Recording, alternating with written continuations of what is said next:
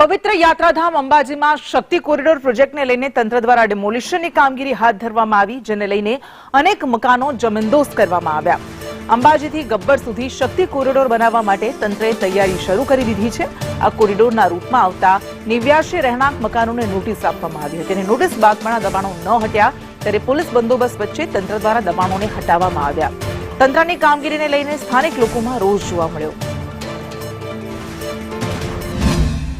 साहब यहाँ थी 60-70 वर्ष यहाँ रहता था ने मैंने नोटिस तो आली थू पण एक अमरे तो मैंने हमें मांगनी की थी सरकार जोड़े के भाई अमने जगह मूको, हमारे सोमन क्या मूकवानो, सोमन तो हमारे मूकवा पड़े के हमारे बाहर छोकरा क्या मूकवाना, हमारे रोड ऊपर फेंके देवाना, हमारे माटे कोई सरकार नहीं, हमारे कोई व्यवस्था नहीं। हमें अचानक हमारे 100 वागे आवे ने बधा मशीनो ऊपर पड़ी गया એટલે અમારું તો બધું આખો નાશ કરી દીધું સાહેબ। અમારે ખાવા પીવાના વાસણ નીચે આવી ગયા।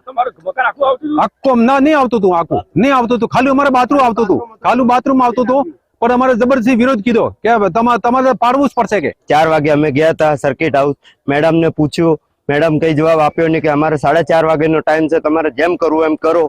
પછી કે એસપી સાહેબ જોડે ગયા, એસપી સાહેબ જોડેથી કલેક્ટર જોડે, કલેક્ટરે કઈ જવાબ આપ્યો નહીં।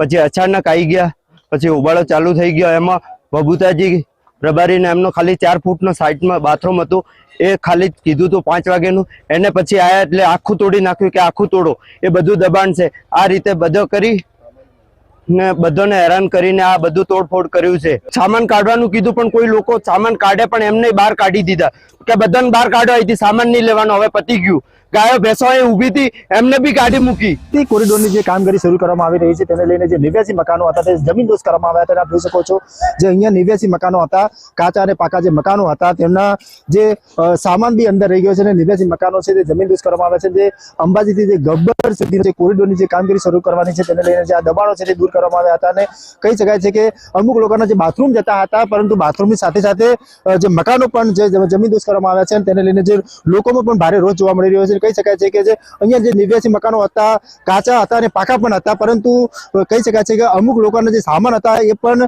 જે જમીન જે અંદર મકાનોની અંદર રહી ગયા છે અને જે લોકોમાં પણ જે ભારે રોષ જોવા મળી રહ્યો છે। લક્ષ્મણ ઠાકોર, સંદેશ ન્યૂઝ, અંબાજી।